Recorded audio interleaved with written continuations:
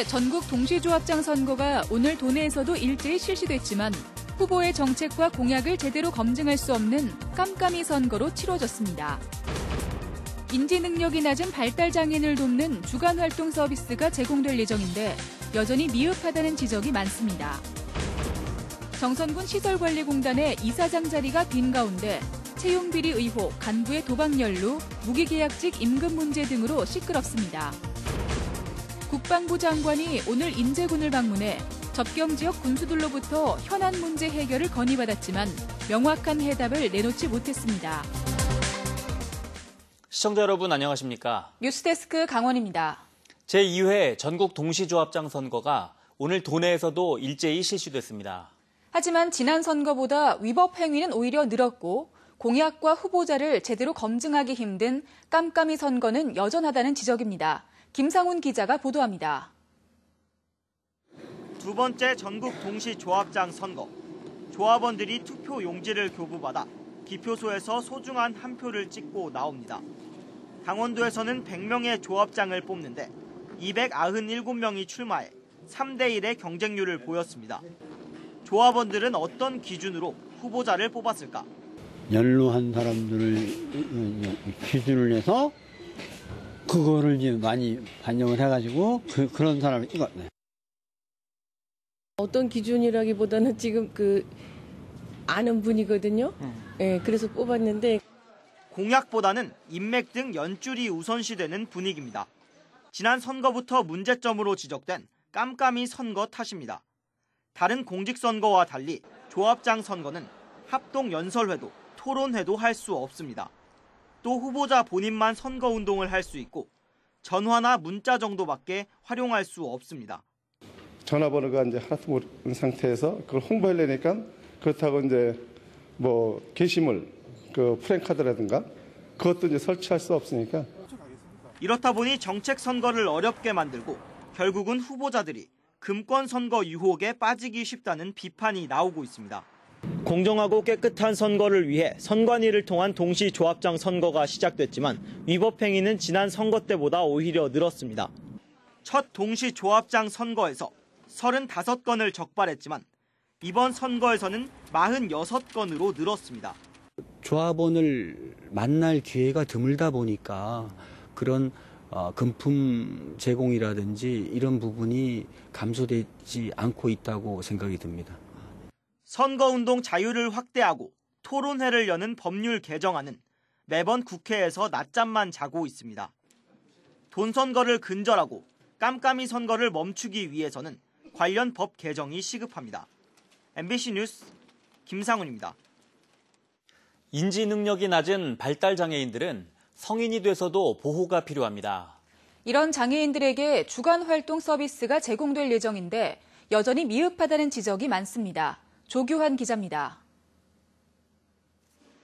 강릉시 장애인 종합복지관에 있는 주간보호센터입니다. 만 20세 이상 발달장애인 8명이 이용할 수 있는데 정원은 모두 찼습니다. 대기자는 25분 정도 계십니다. 근데 성유중앙보호는 이용하는 기간에 제한이 없기 때문에 대기하시는 분들이 언제 이용을 하실지는 지금 기약이 없는 상황입니다. 이렇게 주간보호시설을 이용하지 못하는 성인 발달장애인을 대상으로 보건복지부가 주간활동 서비스를 확대 제공합니다. 도내에서는 강릉과 춘천, 원주 등 5곳이 다음 달부터 주간활동 서비스를 우선 시작합니다. 만 18세부터 만 64세까지 발달장애인에게 매월 최대 120시간까지 주간활동 프로그램을 제공합니다. 하지만 올해 서비스 대상이 2,500명밖에 되지 않다 보니 도내 수혜자는 전체 3,700여 명 중에 95명에 불과합니다. 여기에다 주간 서비스 제공 시간이 하루 8시간이 아닌 5.5시간으로 짧고 기존 지원 프로그램도 축소돼 장애인 가정마다 걱정이 큽니다. 그 활동 서비스를 이제 받게 되면 기존에 이제 활동 서비스를 받는 것이 줄어드는 현상들이 나타나거든요. 장애인 가족 입장에서는 좀 거기에 대해서 이제 불만이 많습니다. 또 서비스 기관은 일정 규모의 시설과 안전 설비를 갖춰야 하는데 이런 곳이 많지 않습니다. 실제로 강릉 지역에서는 적합한 곳이 없어 아직 서비스 기관이 정해지지 않았습니다. 시설비 지원 사업이 아니라 바우처 사업이라서요. 지원 규모나 이런 게 조금 늘어나면 서비스를 할 수 있는 기관들도 조건도 좀 좋아질 거라고 생각하고 하는데 발달 장애인을 위한 복지가 나아지고 있지만 아직 갈 길이 멀다는 목소리가 나오고 있습니다. MBC 뉴스 조규환입니다. 미세먼지 저감 대책으로 도시숲의 필요성이 강하게 제기되고 있지만 가로수 가지치기는 관행적으로 계속되고 있습니다. 전선 보호 때문이라는데 미세먼지 저감 효과를 줄이고 있다는 지적입니다. 보도에 조성식 기자입니다. 공장이 밀집한 원주의 한 산업단지. 인도에 줄지어 심어진 가로수들이 싹둑 잘려나갔습니다. 벽가지는 물론 굵은 가지까지 아예 몸통만 남은 가로수도 즐비합니다. 도심도 사정은 마찬가지. 온전한 나무 모양을 갖춘 가로수를 찾아보기 힘들 정도입니다. 원주시와 한전이 16m 높이의 전력선을 보호하기 위해 2-3년 주기로 가지치기를 하고 있는 것입니다. 나무 모양이 만약 타원형이나 원추형이나 이런 식으로다가 되면은 되게 좋은데 대공도 없고 근데 또 한전에 닿는 나무를 쓰다 보면 나무 모양이 위에서 수평으로다가 이렇게 치게 돼요. 문제는 무분별한 가지치기가 관행적으로 이어지면서 가로수들이 제 기능을 하지 못하고 있다는 겁니다. 가로수는 여름철 도심의 온도를 낮추고 공기를 정화하는 등 다양한 긍정적 기능을 가지고 있습니다. 특히 나뭇잎은 미세먼지를 흡착해 비가 오면 땅으로 씻어내는 역할도 하는데 가지가 없다 보니 이 같은 효과를 기대하기 어려운 실정입니다. 강도의 가지치기에서 좀 벗어나서 잎과 가지로 구성된 부분들을 좀 많이 늘려주고요. 잎의 양이 많아질 수 있도록 수목을 관리해주는 것들이 절대적으로 필요합니다. 원주시와 한전은 올해도 1억 2천만 원의 예산을 들여 가로수 1000여 그루에 대한 가지치기 작업을 진행할 계획입니다. 환경을 외면한 관행적 가지치기가 미세먼지 저감 노력과는 정반대의 길을 가고 있습니다. MBC 뉴스 조성식입니다. 강원도 보건환경연구원이 미세먼지 발생 요인에 대한 연구 용역을 추진합니다. 10월까지 1억 5천만 원을 들여 미세먼지 발생원 데이터베이스 구축과 국내외 배출원별 기여도 분석, 발생 원인 해석과 대응 방안 등을 찾습니다. 앞으로 도시대기 측정망 운영 이외에 도로변, 국제행사지역, 국립공원, 민원 발생지역 등 대기오염 측정 필요지역이나 사각지대 측정을 위해 대기오염 이동 측정 차량을 구매해 대처할 계획입니다. 지난 2월 강원도의 취업자가 2만 7천 명 증가했습니다. 동북지방통계청은 서비스업과 농림어업, 도소매와 숙박, 음식점 등의 취업자가 늘어난 반면 전기, 운수, 통신과 제조업은 줄어들면서 전체 취업자가 지난해 2월보다 2만 7천 명 늘었다고 발표했습니다. 고용률은 56.1%로 지난해 2월보다 1.8%포인트 높아졌지만 전국 평균보다는 3.3%포인트 낮았습니다. 정경두 국방부 장관이 오늘 인제에서 도지사와 접경지역 자치단체장들을 만났습니다. 자치단체장들은 각종 군 관련 현안들을 해결해달라고 요청했지만 장관은 뚜렷한 답변을 내놓지 않았습니다. 백승호 기자입니다. 최문순 강원도지사와 5곳의 접경지역 자치단체장들이 정경두 국방부 장관과 무릎을 맞댔습니다. 평화가 도민들의 삶을 구체적으로 향상시킬 수 있다는 목표를 저희들이 가지고 있습니다. 강원도와 접경지역은 군 관련 현안 19가지를 해결하라고 요구했습니다. 강원도는 주민 생활에 직접 영향을 미치는 지역에 군사시설 보호구역 완화와 농축산물 군급식 공급 확대 등을 요청했습니다. 철원군은 군 훈련장 주변 마을의 피해 보상에 관한 특별법 제정, 화천군은 군부대 통폐합 대책 마련 등이 시급하다고 밝혔습니다. 양구군은 안대리 비행장 헬기대대 확대 철회를, 인제군은 군부대 유효재산 자치단체 이전, 고성군은 재진검문소에서 통일전망대 구간, 민통선을 조정해달라고 촉구했습니다. 이에 대해 정 장관은 강원도의 어려움을 잘 안다면서도 즉답을 피했습니다. 상생하면서 그래서 군의 그 복무 환경도 좋아지고 또 그런 것들이 우리 강원도 지자체에도 또 도움이 될 수 있도록 하는. 병사 평일외출 간담회에서도 속 시원한 말은 나오지 않았습니다.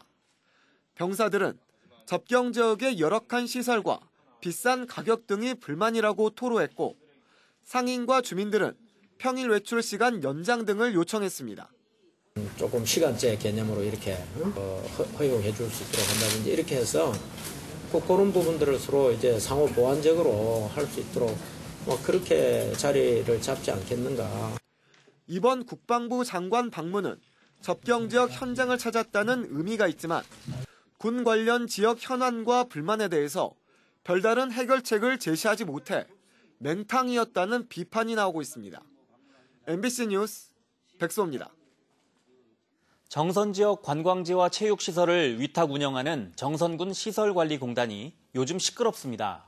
채용비리 혐의와 간부 직원의 도박 사건 연루, 무기계약직의 임금 불만 등 해결 과제가 많지만 이사장 자리는 7개월째 비어 있습니다. 홍한표 기자가 취재했습니다. 지난 2014년 5월부터 2017년 2월까지 정선군 시설관리공단에 새로 채용된 기간제 근로자는 24명, 2017년 말에는 모두 정규직으로 전환됐습니다. 그런데 이들을 채용하면서 모집이나 공모 절차 등이 없는 것으로 확인됐고 당시 이사장이었던 A씨의 지시에 의해 특정인을 채용했다는 얘기도 나오고 있습니다. 공개 모집 절차를 진행하지 않고 이력서를 특정인한테만 연락을 해서 특정인을 채용을 했어요. 정선군은 A씨에 대해 부정청탁금지법 위반, 직권남용 혐의 등으로 경찰에 수사 의뢰한 상황입니다. 여기에 간부급 직원은 정선군청 직원 등과 1,000만 원대 도박판을 벌이다 경찰에 적발되기도 했습니다. 환경미화원을 제외한 무기계약직 50여 명은 경력을 인정받지 않는 단일 임금제를 적용받고 있는 데다 올해 임금마저 동결됐습니다. 정선군은 군청 내 공무직과 임금 형평성을 맞추기 위해서라고 하지만 공단 무기계약직 직원들의 얘기는 다릅니다. 무기계약 운영직 같은 경우에는 사실 일반직이나 기술직들이 하는 일과 동등한 근무를 하고 있어요. 동일 노동을 하고 있다고 보시면 되거든요. 전임 이사장이 갑자기 사임한 뒤 이사장은 7개월째 공석이어서 조직 문제를 해결할 중심이 사라진 상황입니다. 정선군은 오는 5월까지 조직 진단을 통해 시설관리공단의 인력 배치와 급여 문제 등을 정비하겠다고 밝혔습니다. MBC 뉴스 홍한표입니다.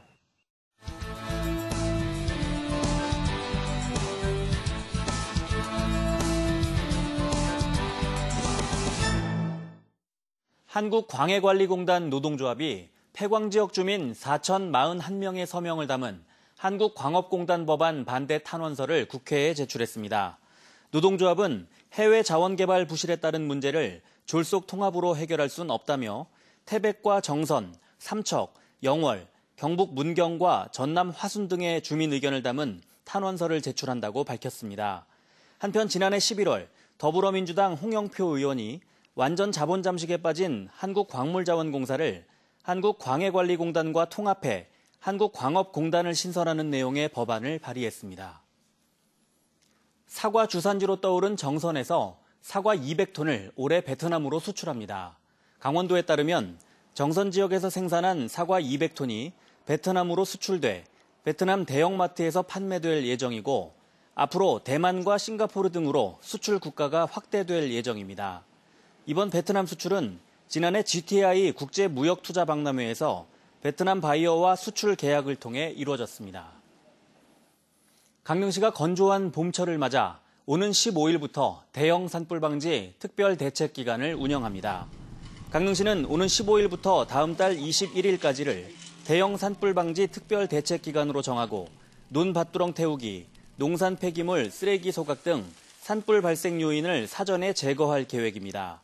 이와 함께 청명 한식과 어린이날 등 시기별 맞춤형 산불 방지 특별 대책을 추진합니다.